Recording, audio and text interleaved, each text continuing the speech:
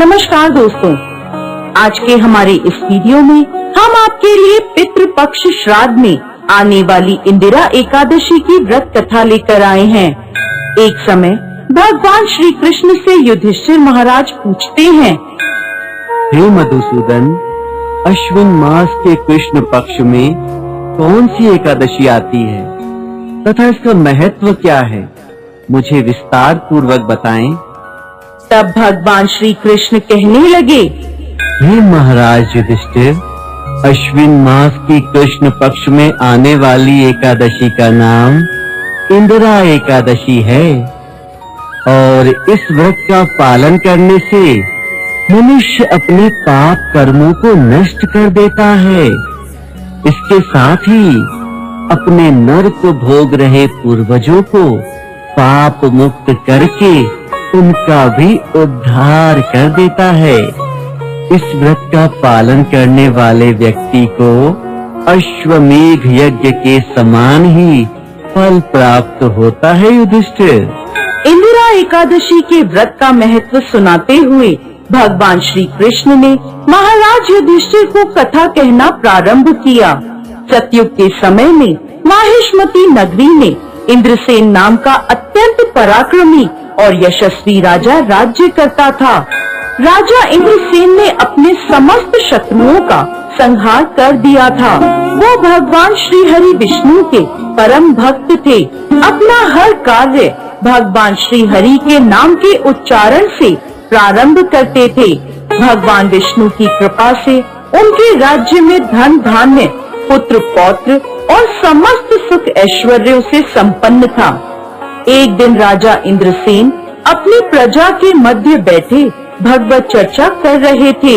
तभी उन्होंने आकाश मार्ग से भगवान श्री हरि के परम भक्त दिव्यमान नारद मुनि को धरती पर उतरते हुए देखा। राजा ने अपने दोनों हाथ जोड़कर नारद मुनि को प्रणाम किया और उन्हें अपने महल में पधारने का आग्रह किया। महल में राजा इंद्रसेन ने नारद मुनि को उचित आसन प्रदान किया और उनका आदर सत्कार किया। राजा के इस आतिथ्य से प्रसन्न होकर नारद मुनि ने राजा इंद्रसेन से 3 प्रश्न किए। नारायण नारायण, हे राजन, क्या आपके राज्य के 7 अंग कुशल हैं? क्या आप अपनी प्रजा के विषय में विचार करते हैं? क्या आप भगवान श्री हरि की सेवा के प्रति अधिकाधिक समर्पित हैं? राजा इंद्रसेन ने उत्तर देते हुए कहा, हे मुनिवर, श्री हरि की कृपा से मेरे राज्य में 7 अंग कुशल हैं।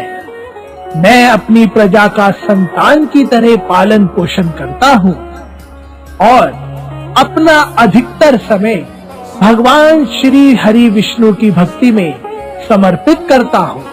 हे ऋषि श्रेष्ठ, आप मुझे अपने यहाँ आने का कारण बताएं।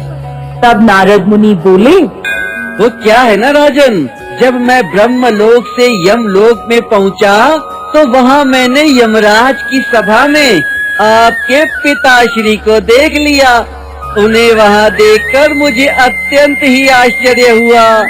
जब मैंने उनकी यमलोक में उपस्थिति का कारण उनसे पूछा तब मुझे ज्ञात हुआ कि वह तो अत्यंत ही धार्मिक राजा थे, परंतु उन्होंने एकादशी व्रत का पारण समय से पहले ही कर दिया था, इसीलिए वह यमलोक की यात्रा भुगत रहे हैं। उन्होंने आपके लिए एक संदेश भेजा है।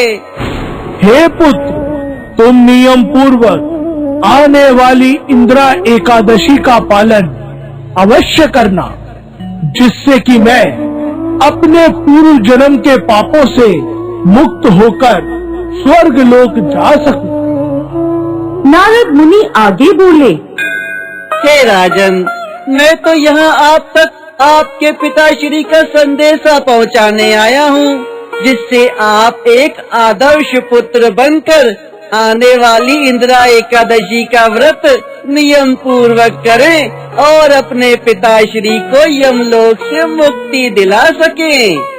नारद मुनि की बात सुन राजा इंद्रसेन जिज्ञासा पूर्वक पूछने लगे। हे मुनिवर, इस एकादशी का व्रत और उसका पालन कैसे करूं? कृपा करके आप मुझे उसका ज्ञान प्रदान करें। तब नारद मुनि बोले, अश्विन मास के कृष्ण पक्ष में आने वाली यह इंदिरा एकादशी है।